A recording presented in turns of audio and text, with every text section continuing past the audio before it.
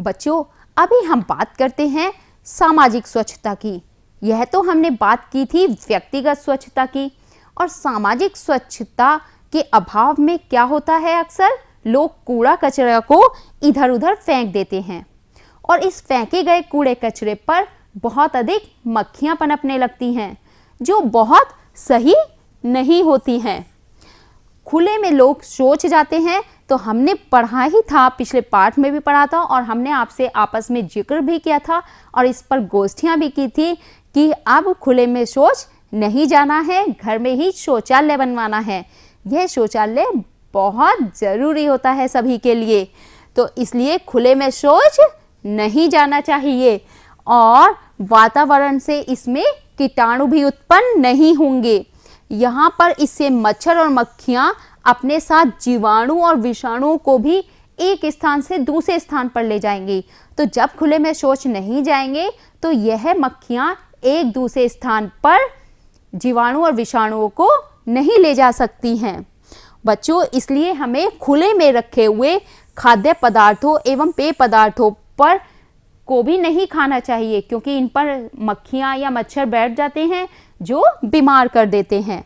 और इस तरह की चीज़ों को खाने से टाइफाइड, हैज़ा या डायरिया जैसी या पेट दर्द आदि रोग हो जाते हैं। इसलिए खाद्य पदार्थों को जो बाहर खुले में रखा हुआ है बिल्कुल नहीं खाना चाहिए, और जो भी सब्जियां बाहर से लेकर आए हैं उनको बहुत अच्छी तरह धोकर खाना चाहिए और अपने परिवेश को कैसा रखना चाहिए, साफ रखना चाहिए।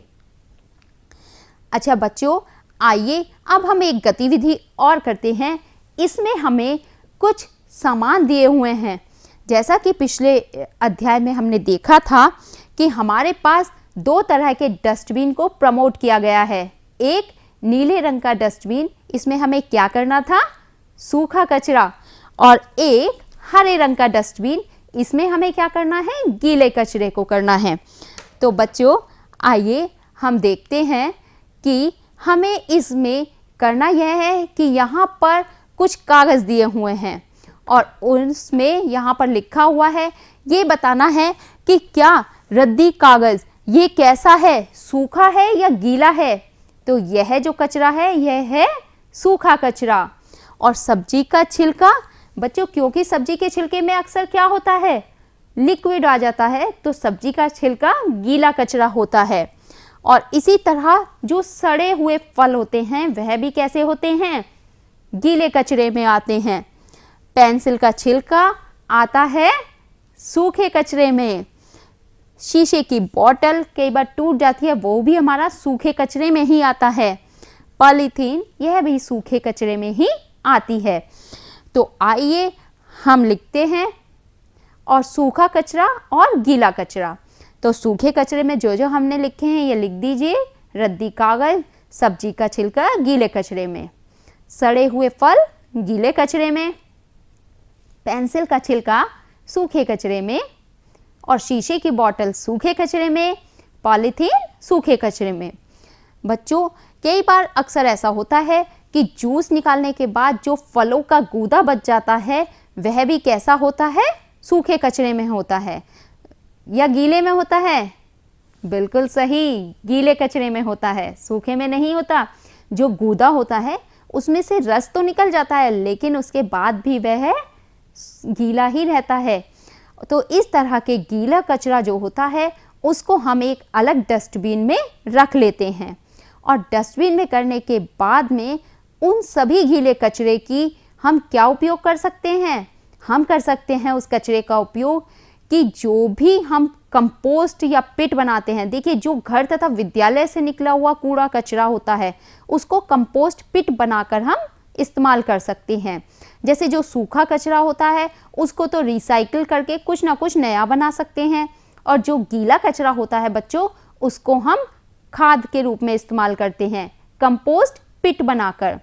जैसे एक मैदान में हमें करना क्या है कि हमें एक गड्ढे को खोदना है, और उस गड्ढे को खोदने के बाद उसमें सबसे नीचे कुछ क्या करना है, कुछ कंकड़ बिछा देने हैं, और उस कंकड़ की पतली परत डाल देनी है, और उसके बाद में वहाँ से विद्यालय से या घर से, जो भी विद्यालय में जब खाना बनने के बाद जो गीला कचरा निकलता है ना, वह खाना या इस तरह का कचरा जो होता है उसको हम उसमें डाल दें।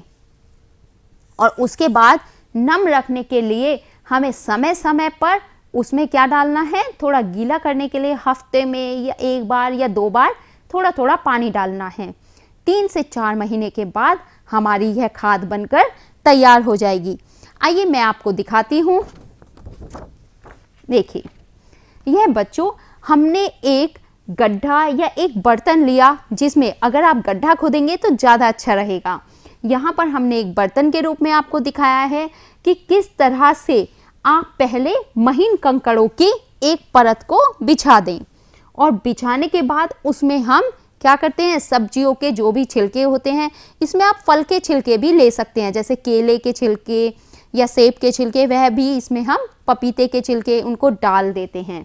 डालने के बाद उसको हम ढक देते हैं, और कुछ दिनों बाद ढक्कन लगाने के बाद हम उसको नमी रखते हैं। नमी रखने के लिए हमें थोड़ा थोड़ा उसमें क्या डाल देंगे बच्चों, पानी डाल देंगे।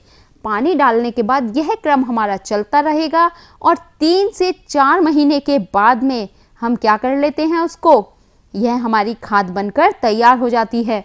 और इस खाद का इस्तेमाल फिर हम अपने पेड़ पौधों में करते हैं।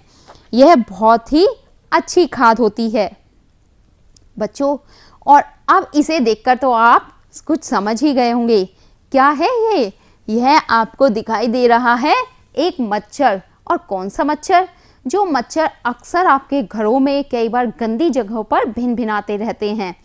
तो बच्चों, यह है एक एनाफ्लीज नामक मादा मच्छर, और इस मच्छर के काटने से मलेरिया रोग हो जाता है।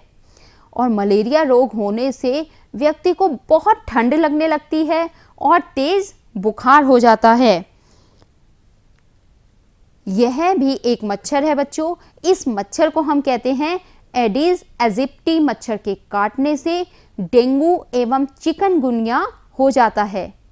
डेंगू के रोगी को तेज बुखार और सिर दर्द होने लगता है। साथ ही उसके शरीर पर, यहाँ पर आप देखेंगे इस बच्चे के शरीर पर कैसे लाल लाल रंग के चकत्ते भी पड़ गए हैं। और चिकनगुनिया का जो बुखार होता है, उससे जो भी व्यक्ति पीड़ित होता है, उसके साथ बुखार के साथ साथ उसको तेज जोड़ों का दर्द भी होता है। तो बच्चों, यह है एक बुखार होता है जापानी मस्तिष्क बुखार। यह बुखार विषाणुओं के द्वारा काटने पर होता है।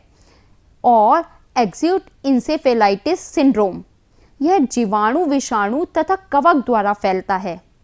इस रोग के लक्षण होते हैं कि बच्चा या बड़ा जिसको भी यह बुखार होता है, वह चिड़चिड़ा हो जाता है, उसको दर्द होता है, उसको उल्टी भी हो जाती है, कई बार मुंह से झाग जैसी समस्या निकलने की समस्या भी उत्पन्न हो जाती है। तो बच्चों, इसलिए हमें अपनी साफ सफाई का ध्यान रखना चाहिए, ताकि हम इन होने वाली बीमारियों से बच सकें।